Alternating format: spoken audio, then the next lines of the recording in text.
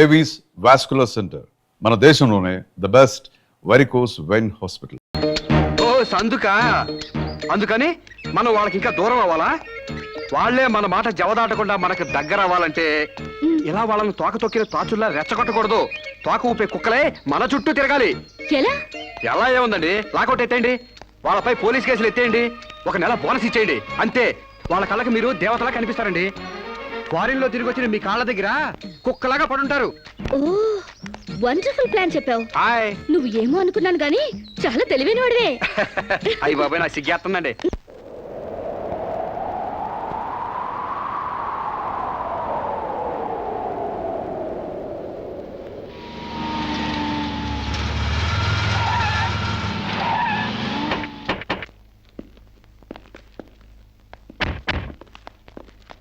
Dear friends, అమ్మాయి గారు lockout ఎత్తేశారు. మీకు 2 నెలల బోనస్ ప్రకటించారు. మీ మీద ఉన్న పోలీస్ కేసు కూడా ఎత్తేసాం.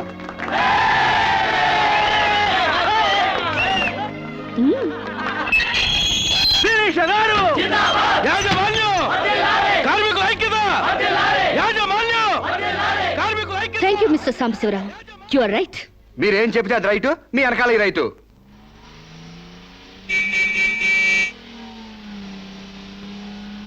ఏం చదువుకున్నావు? ఏం చదువుకోలేదండి. ఏబిసిడి అలు కూడా రావా? థమ్సప్ తప్పితే ఏది రాదండి. థమ్సప్ అదేంటి? అదేనండి ఏలుముద్ర. ఇంత తెలివైన వాడివి చదువు కూడా రాదంటే నమ్మబుద్ధి కావడం లేదు. మీరే అంటున్నారుగా తెలివితేటలు ఉన్నాయని. ఇక చదువు ఎందుకండి, చదువుకుంటే తెలివితేటలని వేస్ట్ అయిపోతాయండి. చదువుకుంటే తెలివితేటలు వేస్ట్ అయిపోతాయా? Useless fellow. నిజమేనండి బాబు, మనిషికుంది 1/2 కిలో మెదడు, అందులో తెలివితేటలు ఇరికించి చదువుకున్న చదువులు ఇరికితే బుర్ర తట్టుకోలేదండి బాబు, ఈటెక్కి పగిలిపోద్దండి. అందుకు చదువుకోలేదంటావు? హాయ్. సాంబశివరావు, ఏంటది?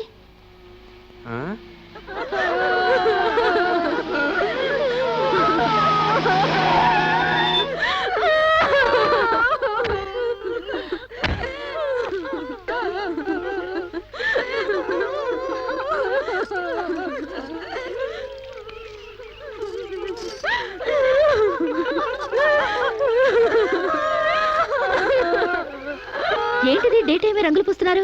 దెయ్యం ఏమైనా పట్టిందా? కాదండి, పాపం ఏదో చేస్తున్నారు. అదేంటి బొట్టు తుడిపేసి గాజులు పగలు కొడుతున్నారు? మొగుడు చచ్చిపోతే అట్టగే చేస్తారండి, లేకపోతే విధవని తెలియదు కదండి పాపం. మీకేమైనా బుద్ధుందా? ఆ మొగుడు టైం బాగోక చేస్తే వాడి కోసం అమ్మాయి స్వేచ్ఛను చంపుతారా? బొట్టు పూలు తీసేస్తారా? మేమే చేయమమ్మా. దాని మొగుడు పోతూ పోతూ దాని పసుపు కుంకాలు పట్టుకుపోతే పసుపు కుంకాలతో పాటు బట్టలు కూడా పట్టుకెళ్ళిపోయాడేమో. ఈ బట్టలు కూడా విప్పేసి తెప్పండి. మొగుడు ఉన్నప్పుడు అన్నం తింది, ఇక నుంచి అన్నం తింటే మానేస్తుందా? భర్త ఉన్నప్పుడు నీళ్లు తాగింది, భర్త లేడని ఇప్పుడు నీళ్లు తాగడం మానేస్తుందా? మానేదిగా. అలాగే బొట్టు పెట్టుకోవడం ఎందుకు మానేయాలి? పువ్వులు పెట్టుకోవడం ఎందుకు మానేయాలి? చెప్పండి చెప్పండి. మరి వాళ్ళకి బుద్ధి లేకపోతే పోయింది, నీకైనా ఉండక్కర్లేదు. స్టూపిడ్ ఇడియట్లా కూర్చుని ముందు పోపుతావా? మొగుడు చచ్చిపోతే 1 పూట బాధపడు, 2 పూటలు ఏడు. అంతగా అతన్ని మర్చిపోలేకపోతే అతను ఫోటో పెట్టుకుని ఏడుస్తూనే ఉండు. అంతేగాని ఆడదాన్ని పరువు తీకు.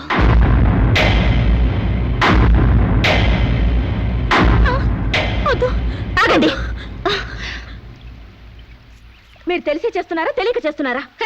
పేడ మహ్వా, నీకు కూడా ఆచారాలు పిచ్చుందా? నాకదే పిచ్చి నీకు పట్టింది. లేకపోతే తాళి తెగి తను బాధపడుతుంటే మళ్ళీ బొట్టు పెట్టి ఎగతాళి చేస్తావా? షడప్. మొగుడు చచ్చిపోతే ఇలా బోడిగా తయారు చేయాలా? నీలాంటి వాళ్ళు ఉండబట్టే పసుపు కుంకాల రేటు పడిపోయాయి. కరెక్ట్.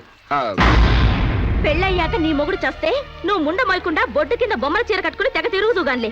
ఇక్కడ మాత్రం అడ్డం రాకు, లేదా తెలియకపోతే నేర్చుకో. పెళ్ళైన వాళ్ళకి, పెళ్లి కాని వాళ్ళకి, పెళ్ళై భర్త లేని వాళ్ళకి తేడా తెలియడానికి ఈ పద్ధతులు. బుద్ధి లేకుండా మాట్లాడుకో. నాకు పెళ్లి కాలేదు, నీకు పెళ్లి కాలేదు, మొగుడు లేరు, అయినా నువ్వు బొట్టు పెట్టుకోవట్లేదా? బొట్టు చూపించగలవు గాని తాళి బొట్టు చూపించగలవా? పెళ్ళైన తర్వాత భర్త బ్రతుకున్నాడంటానికి సాక్ష్యమే కాలిమెట్టెలు. ఆమె భర్త పోయాడని సాటి మనుషులకి తెలియచెప్పాలి కాబట్టి బొట్టు తీసేస్తారు. పెళ్లి కాకముందు లంగా ఓణీలతో, పెళ్ళయ్యాక చీరా జాకెట్లతో, మొగుడు చచ్చి పెళ్లి ముచ్చట తీరాక తెల్ల బట్టలతో ఉంచడం మన పెద్దలు పెట్టిన ఆచారం. మొగుడు పోయాక కూడా తగుదునమ్మా అని టింగు రంగమని తిరిగితే ఎవడికో తిక్కరేగి శీలం దోచేస్తాడు. దోచేని శీలం పోతే ఏమైంది? మరి తెగించిన దానివి నీకేం తెలిసే శీలం అంటే? శీలం విలువ తెలిసిన వాళ్ళు అది పోకుండా ఉండటానికి పసుపు కుంకాలు పూలు నగలు తీసేసి తెల్ల బట్టలతో మామూలుగా కనిపించడానికే విధవం చేస్తారు. అంటే అగ్లీగా కనపడాలి. ఇక అమ్మాయికి ఏ మగాడితో టచ్ ఉండకూడదు. ఎవరితో తిరగకుండా అందాన్ని కప్పేసుకుని ఓ మూల కూర్చోవాలి. కానీ పెళ్ళాం పోయిన మగాడు మాత్రం ఎవరితోనో తిరగొచ్చు, ఏమైనా చేయొచ్చు. మొగుడు పోయిన తర్వాత అమ్మాయికి స్పెషల్ డ్రెస్ వేసి మగాడిని ఇండైరెక్ట్ గా అమ్మాయి మీదకి రెచ్చగొట్టడానికి మీరందరూ ఇలా చేస్తున్నారు. I will change this bloody damn thing. ఈ ఆచారాన్ని మారుస్తాను. చాలే ఊరుకోవమ్మా. నీ దారి నువ్వు పోక మధ్యలో నీ గొడవ ఏంటి? నేను సాంప్రదాయకంగా పసుపు కుంకాలు తీసేసి తెల్ల బట్టలతోనే నా భర్తనే తలుచుకుంటా ఇదవరలిగా బతుకుతాను.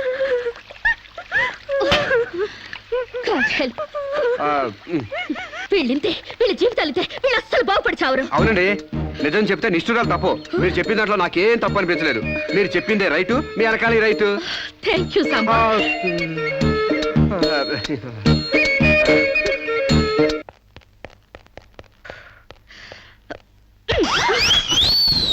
ఒకటి ఈస్ట్ గోదావరి, ఇంకోటి వెస్ట్ గోదావరి రేంజ్ లో పెంచారు. కోనసీమ రేంజ్ కి స్లిమ్ గా తయారు చేస్తాను. నాతో రండి. ఎక్కడికి? ఎక్సర్సైజ్ కి. ఎక్సర్సైజులుగా? మీ సైజులు తగ్గాలంటే ఎక్సర్సైజ్ కంపల్సరీ. మేము ఈ వయసులోనా? ఇంకా 30 టచ్ అవ్వలేదు, అప్పుడే సింటెక్స్ ట్యాంకుల్లా తయారయ్యారు. పదండి పదండి. Jump, jump. జంప్. 1 2 3 4. నెక్స్ట్ ఇలా చేయండి. చేయండి ఒకటి త్వరగా. బెంచ్ వంగండి. శిరీష, ఎక్సర్సైజ్ క్లాసులు తీసుకుంటున్నావా? ఈ స్టూడెంట్స్ ఎవరబ్బా? ఈ పర్సనాలిటీలు చూస్తుంటే ఈ జిల్లా వాళ్ళకి లేరే. కరెక్ట్, కృష్ణా జిల్లా వాళ్ళు. ఒకసారి ఫేస్ టర్నింగ్ ఇచ్చుకోండి.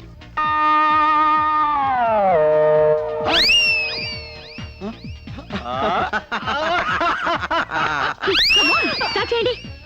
స్టార్ట్ చేయండి త్వరగా త్వరగా. స్టార్ట్ చేయండి. Good good, very good. గా మా చెల్లిలాగా స్లిమ్ అయిపోవాలి. బాబాయ్. Change change change. ఓహో, ఏంటది స్లో? అమ్మా మీకోసం ఎవరు ఆడవాళ్ళు వచ్చారు. నమస్కారం అండి. నమస్తే. మేము మహిళా మండలి నుంచి వచ్చామండి. నెక్స్ట్ వీక్ మా ప్రోగ్రామ్ ఉంది. అందులో వక్తగా మాట్లాడడానికి మిమ్మల్ని రిక్వెస్ట్ చేయడం. సభకి నమస్కారం. గోష్ఠిని ప్రారంభించవలసిందిగా అలకానంది గారిని కోరుతున్నాను. మహిళలం మనం ఎంతో సాధించాం. చదువుల్లో, ఉద్యోగాలలో 33% రిజర్వేషన్లు సాధించాం. చైర్మన్ లాంటి మగ పదాలను చైర్పర్సన్ అనేలా ఆడా మగకి వర్తించేలా మార్పించాం.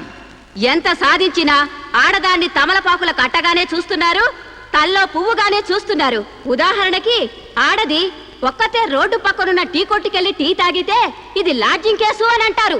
దీనికి కారణం ఏంటంటే ఒకప్పట్లో మనకు పోరాడే నాయకురాలు లేకపోవడమే. ఒక అనీ బిసెంట్, ఒక దుర్గాబాయ్ దేశ్ముఖ్, ఒక సరోజినీ నాయుడు, ఒక ఇందిరాగాంధీ మళ్ళీ మన కోసం పుట్టాలి. అసలు నన్ను అడిగితే ఈ జన్మలో దళితులకు ఎంతో సేవ చేసిన అంబేద్కర్ ఈసారి స్త్రీల కోసం ఆడదానిగా పుట్టి రాజ్యాంగం తిరగరాయాలి, మనకు 50% రిజర్వేషన్లు కల్పించాలి. అప్పుడు రిజర్వేషన్ల ద్వారానే మనం పైకొచ్చామని చులకనగా చూస్తారు.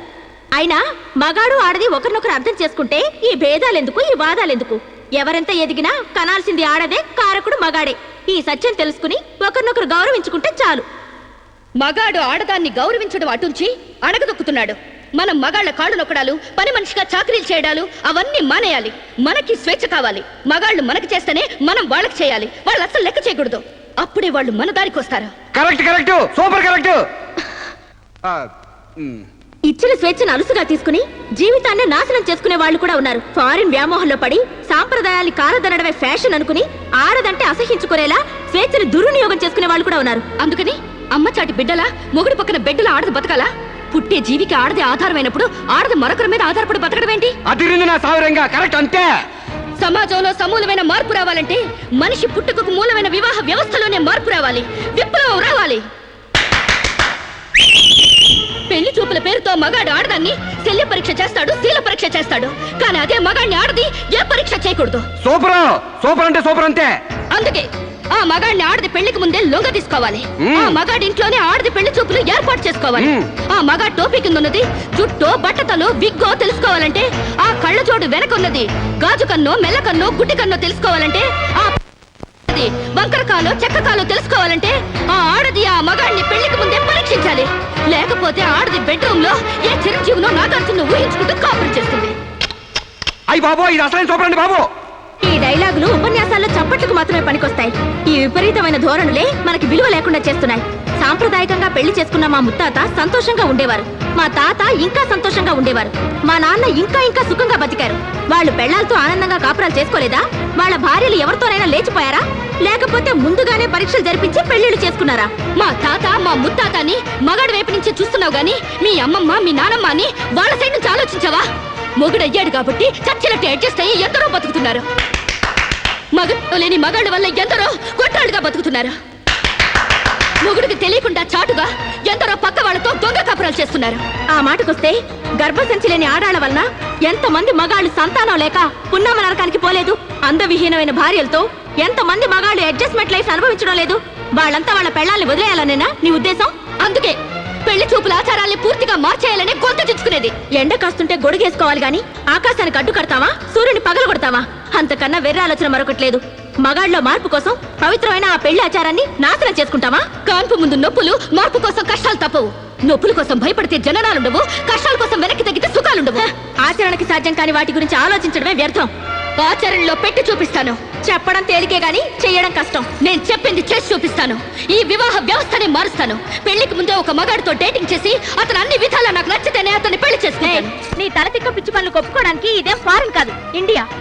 అక్కడి దాకా ఎందుకే? ఇప్పుడే ఒప్పిస్తాను. సాంబశివరావు, నాతో డేటింగ్ చేస్తావా? మీరు చెప్పిందా రైటు, మీ వెనకాల రైటు. డేటింగ్ అంటే ఏంటమ్మా? పెళ్లికి ముందు ఒకరి ఇష్టాల గురించి మరొకరు తెలుసుకోవడానికి కలిసి ఉండడం, అదే డేటింగ్. ఇదేంటిది కొత్తగా ఉంది? ఇది కొత్తగా నేను కనిపెట్టిందేం లేదు. డేటింగ్ అనేది ఫారెన్ లో ఎప్పటి నుంచో ఉంది. సాంబశివరావు, ఒప్పుకుంటున్నావా? శిరీష్ గారు ఏం చెప్పినా నేను కాదానండి. చూసావా, అప్పుడే మార్పు తేవడం స్టార్ట్ చేశాను. అంటే పెళ్లికి ముందే మీరు ఒకే ఇంట్లో కాపురం చేస్తారనమాట. ఒకరి పక్కన ఒకరు పడుకుంటారనమాట. ఒకరింగిలో ఒకరు తింటారనమాట. ఆఫ్ కోర్స్ మేమిద్దరం 6 నెలల పాటు ఒకే ఇంట్లో ఉంటాం. ఆ తర్వాత ఒకళ్ళొకళ్ళు ఇష్టపడితే పెళ్లి చేసుకుంటాం, లేకపోతే విడిపోతాం. విధవకి బొట్టు పెట్టాలన్నంత సులభం కాదు ఈ పని. ఇంతమంది ముందు నోటికొచ్చినట్లు వాగి ఇప్పుడు పరువు పోతుందన్న తాపత్రయంతో సరే అంటున్నాం. ఆ తర్వాత నేనెప్పుడన్నానంటే కావాలంటే అగ్రిమెంట్ మీద సైన్ చేస్తాను. కస్తూర్బాయ్ గారు, అగ్రిమెంట్ రెడీ చేయండి. పెళ్లి పేరుతో ఒకరంటే ఒకరు పడక ఒకే కప్పు కింద అయిష్టంగా కాపురం చేసే ఎంతో మందికి మా కలయికి ఒక చెంపదెబ్బ కావాలి. భారతీయ వివాహ వ్యవస్థకే కనువిప్పు కావాలి. సాంబశివరావుని స్టేజీ మీదకి రావాల్సిందిగా కోరుతున్నాను. పండించేది వరి, పుట్టింది ఈస్ట్ గోదావరి. శిరీషమ్మ గారు చెప్పింది చాలా కరెక్ట్. పెళ్లికి ముందే మగాడిని టెస్ట్ చేసి పెళ్లి చేసుకోవాలి. ఎందుకంటేనండి, సపోజ్ నేను ఉన్నానండి, నాకు చాలా పర్సనాలిటీ ఉంది, మంచి దమ్ము ఉంది, మీసం ఉంది, బాడీ కూడా ఉంది. మరి లోపలికి వెళ్తే నాకు మగతనం ఉందో లేదో మీరు ఎవరైనా చెప్పగలరా? నా నరాల్లో కరెంట్ ఉందో లేదో మీరు చెప్పగలరా? కాబట్టి మేడం గారు చెప్పిన డేటింగ్ పెళ్లికి నా ఓటు ముద్ర. జై మేడం, జై జై మేడం, జై మేడం, జై జై మేడం, జై జై మేడం, జై జై మేడం. పెళ్లికి ముందు ఇద్దరు కలిసుండి ఒకరినొకరు ఇష్టాయిష్టాలను తెలుసుకుని 6 నెలల కాల పరిమితి దాటిన తర్వాత నచ్చితే పెళ్లి చేసుకుంటాం, లేదంటే విడిపోతాం. డేటింగ్ అనబడే ఈ ప్రక్రియను మేమిద్దరం స్టేజీ మీదున్న పెద్దల సాక్షిగా, సభలోని జనాల సాక్షిగా సమ్మతిస్తున్నాం. సంతకాలు పెట్టండి.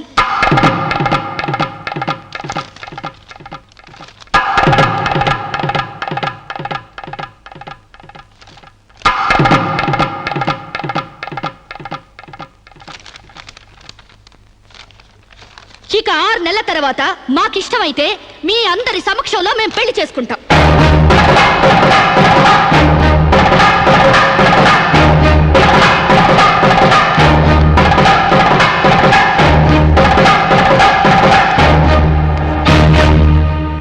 ఏమిటమ్మా నువ్వు చెప్పేది?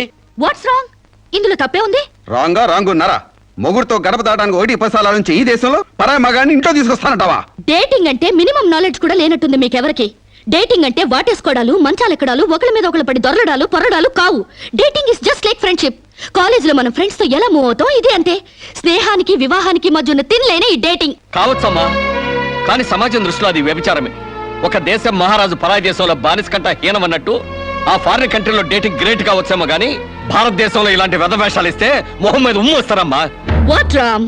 మీ చెల్లెలు ఎవరితోనూ దొంగచాటుగా రాంగ్ చేస్తుంటే ఫీల్ అవ్వాలి గానీ ఓపెన్ గా చెప్పి పబ్లిక్ గా తిరుగుతానంటే ఫీల్ అవుతారెందుకు?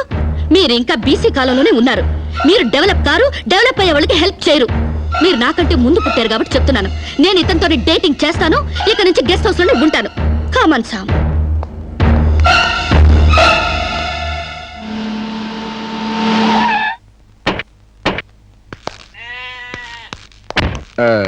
ఇదేనండి మా ఇల్లు. మంది వెడ్డింగ్ కాపురం అయితే ఫీల్ అవ్వాలి గానీ డేటింగ్ కాపురం కదా. మీ ఇల్లు ఎలా ఉంటే నాకేంటి? అయినా నీ లెవెల్కి ఇల్లు సూపర్. Useless fellow. అయ్యి బాబోయ్, నన్ను తెగబోడేస్తున్నారండి. రండి ఇంట్లోకి వెళ్దాం.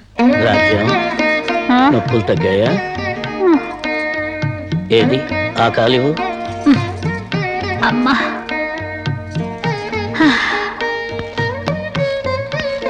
మా అమ్మ మా నాన్న. ఏయ్, ఏంటిది? కాళ్ళు పట్టడంలో మా నాన్న శ్రీకృష్ణుడైతే మా అమ్మ మాత్రం సీత. అంటే సత్యభామల తన్నదో. It's so nice. ఇండియాలో అమెరికా చూపించారు. అమ్మా, శిరీష్ అని రామరాజు లక్ష్మణరాజు గారి చెల్లెలు ఫారిన్ లో పెరిగొచ్చింది. Hello. Hi. Hi aunty. Hi uncle. Hi. You are really great. అంతేకాదు, మా అమ్మకు వంట చేసి పెడతాడు. యా మా అమ్మకు నోట్లో ముద్ద పెడతాడు. యా మా అమ్మకి పూలు కోసి పెడతాడు. యా మా అమ్మకి జడేసి కూడా పెడతాడు. యా ఇంతటి ఆదర్శవాదా? I like you very much. అంటే తిట్టేవా? కాదు, మీ నాన్న నాకెంతో నచ్చాడు. అయితే నేను నచ్చాలి. ఎందుకు? హ, అవన్నీ నా పిల్లానికి నేను చెయ్యాలనుకుంటున్నాను కాబట్టి. I like you very much. నీలాంటి మగాడంటే నాకెంతో ఇష్టం. పెళ్ళెప్పుడు చేసుకుంటామ్మా? పెళ్ళా? So funny. ముందు డేటింగ్ అవనివ్వండి. డేటింగా? అదేనమ్మా, పెళ్లికి ముందే కాపురం చేసి ఒకళ్ళొకళ్ళు అర్థం చేసుకున్న తర్వాతే పెళ్లి చేసుకుంటారు అనమాట.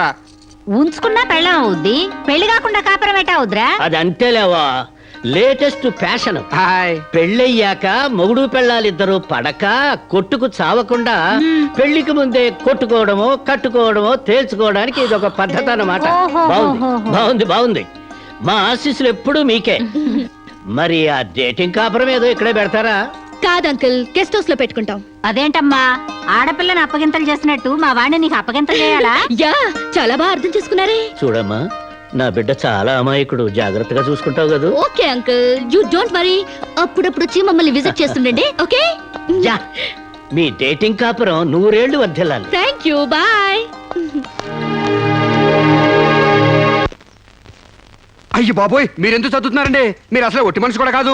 ఏంటి, నేను ఒట్టి మనిషిని కానా? నాకేమైనా కడుపు అనుకున్నావా? Useless fellow. అబ్బా, అట కాదండి. ఒట్టి మనిషి కాదంటే ఒళ్ళంతా బంగారం అని అర్థం. మీరు పని చేశారనుకో అరిగిపోతారా? భలే నవ్వుతున్నారండి. బెడ్రూమ్ రెడీయా? రెడీ అండి, రండి. అయ్య బాబోయ్, ముందే బెడ్రూమ్కి వెళ్తున్నారేంటి? డేటింగ్ కాపురం అంటే ఇదేనన్నమాట. First bedroom సర్దేస్తున్నారంటే